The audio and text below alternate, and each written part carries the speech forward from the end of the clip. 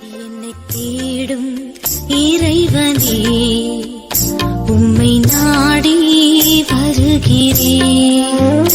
என்னை தேடும் இறைவனே, உம்மை நாடி வருகிறேன். டிசம்பர் 20ஆம் நாள். இன்றைய வேத தியானத்தின் தலைப்பு, நாம் தான் புத்திமான்களா? வாசிக்க வேண்டிய திருமறை பகுதி ரோமர் 12ஆம் அதிகாரம் 9-16 வசனங்கள் முடிய.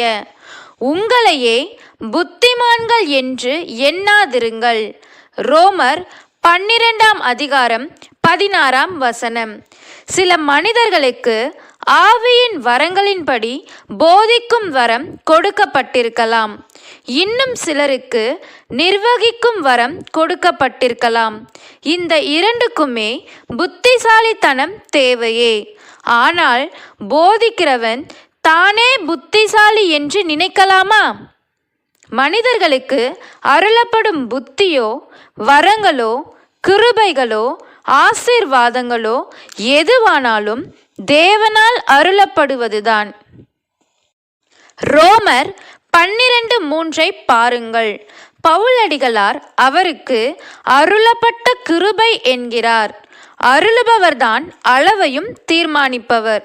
அதே போல 6ஆம் வசனம் வரங்களும் கூட அருளப்பட்டவையே என்று கூறுகிறது. விசுவாசத்தின் அளவு கூட தேவனால் பகிரப்பட்டது என்று 3ஆம் வசனத்தில் பார்க்கிறோம். அப்படி இருக்க புத்திசாலித்தனமும் தேவன் அருளியதே. அருளியவரை மறந்து நாம் புத்திசாலிகள் என்று நம்மை நாமே தட்டி கொடுத்து கொள்வது புத்தியற்ற செயலாகும். 16ஆம் வசனத்தில் பவுல் பக்குவமாக சிறந்த சொற்களை பயன்படுத்தி நம்முடைய கர்வத்தை வெட்டி எடுக்கிறார்.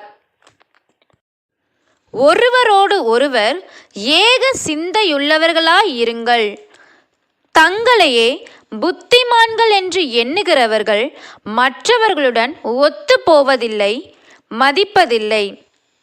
பிறருடைய சிந்தனைகளையும் கருத்துக்களையும் மதிப்பதே புத்திசாலித்தனம் என்றும், ஒரே சிந்தையுடன் பணிபுரிந்தால்தான் வெற்றி பெற முடியும் என்றும் இவர்கள் சிந்திப்பதில்லை. மேட்டிமையானவைகளை சிந்தியாமல். சிலருடைய சிந்தனையோட்டத்தில் மேட்டிமையே ஓடிக்கொண்டிருக்கும். பிறரை அறிவுள்ளவர்கள் புத்திமான்கள் என்று கருதாமல் தன் கருத்துக்களும் அறிவும் தான் மேலானது என்பது போல் விலகிக் கொள்வார்கள். தாழ்மையானவர்களுக்கு இணங்குங்கள். தாழ்மை கிறிஸ்தவர்களிடம் காணப்பட வேண்டிய முதற் பண்பு.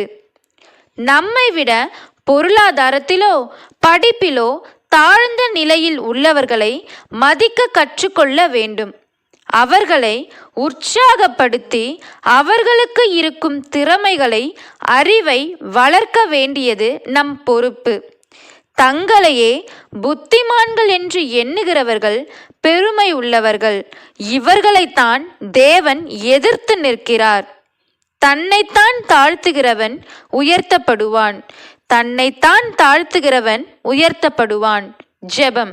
தேவனே, உம்மை எதிர்த்து நிற்கும் மேட்டிமையை என்னை விட்டு அகற்றி போடும். ஆமேன்.